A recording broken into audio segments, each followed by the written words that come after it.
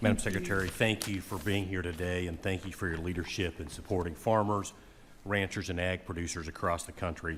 It was an honor to have you visit the big First District of Kansas during your first week on the job back in February, right after you were confirmed, and we had a chance, as you recall, to participate in a roundtable discussion with ag producers, stakeholders. We toured Finney County Feed Yard, the Ponderosa Dairy. We even met with some local FFAers, which was a huge highlight of mine. I know something that's near and dear to your heart as well. One of my first meetings with President Trump, I distinctly remember him telling me of his love for the American farmer. And I very much appreciate that you also share that passion. Over the past few months, you and the President have led the way in supporting rural America, and I look forward to continuing to work with you for the next 4 years so that we make agriculture great again and everything that it possibly can be. Amen.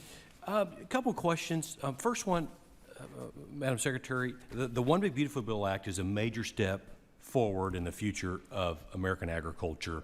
We are able to strengthen crop insurance, raise reference prices, really help our producers.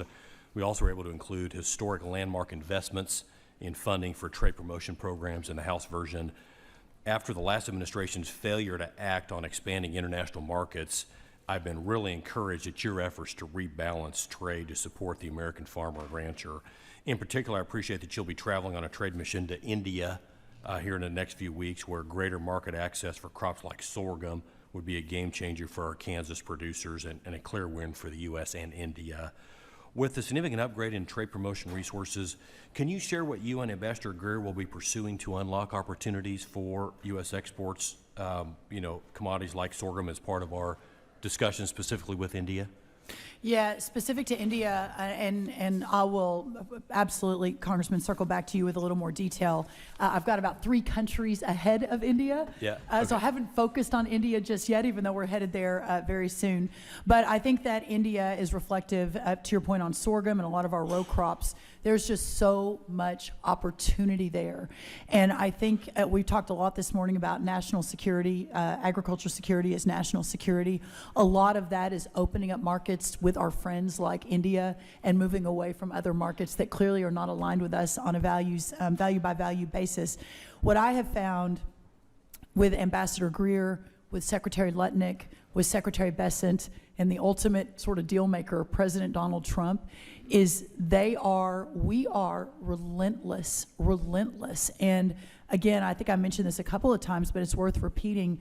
The few countries I've already visited, the countries that have already visited me, everyone is so anxious to support this vision of opening up more American products and decreasing the tariffs while working on the non-tariff trade barriers. So there's a lot more to come. Would love to work with you, though, as we're prepping for India and other countries specific to sorghum and other row crops. Would love to. I think India is a huge opportunity for sorghum, other commodities as well. Yeah. Thank you for that. Second question, earlier this year I introduced legislation to move back to USDA, a program that's not only dear to the people of Kansas, but also vital to our ag producers in the country. Food for Peace was a program that I've long supported, and it supported American agriculture and helping feed millions of people around the world.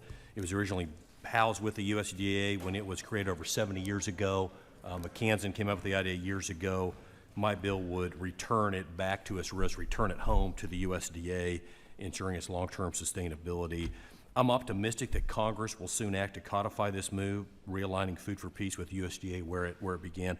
If and when that transition takes place, can you commit that the Department will continue to fund and operate Food for Peace as robustly as it currently has been administered, and welcome any thoughts about Food for Peace? Sure, and understanding that's moving through the system, not wanting to get ahead of President Trump specifically, but we stand ready. If that is the congressional direction, we will work with you and your partners to ensure the continued sustainability and success and changes if necessary. And great program, right? I mean, we're shipping commodities grown here in bags that say a free gift to the American people. It's good for our farmers, good for our shippers, good for the mouths that receive it. I think someone asked you about Food for Progress earlier. Might loop back in with your office on that as well. But just really appreciate you being here. Thank you for all that you're doing for agriculture. Thank you so much. Good to see you, Congressman.